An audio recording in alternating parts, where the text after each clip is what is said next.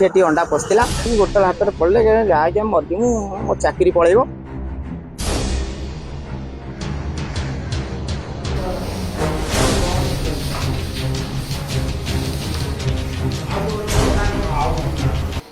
मो ना जितेंद्र कुमार साहू।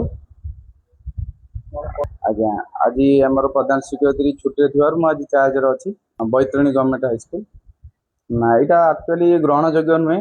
से वास्तविक क्षेत्र में गार्डियन जो पहुँचले पाखे से प्रधान शिक्षक पाखक माने पठार आवश्यकता थी तेणु सी ना एथर आपन को प्रतिश्रुति दि जाऊँगी प्रकार माने पुनरावृत्ति घटबनी आउ जदि भी आज सी रही पिला आज श्रावण मास सोमवार बोली प्राय पिला आज खाई पारे ना आउे बोधे अंडा बढ़ी आज्ञा सेमती चोरी होबार नजर आसी नहीं किंतु या मु भावी जदि किसी बड़ी जाए से नहीं कि पुनरावृत्ति भाव में दिखती जी अंडा दिखती ना ना सेमती नुहे आम समस्त दौना आमर जी पिला आसती तो दि जाए प्राय ना ना सेमती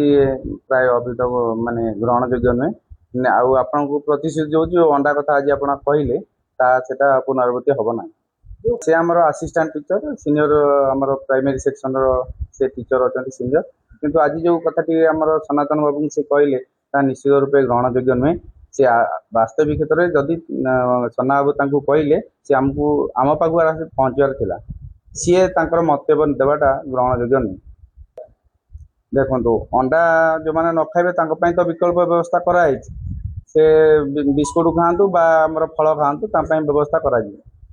से फलर व्यवस्था सरकार करते किंतु फल आम जो दौचु फल गोटा आम 25-30 टका हो जाऊँ आम से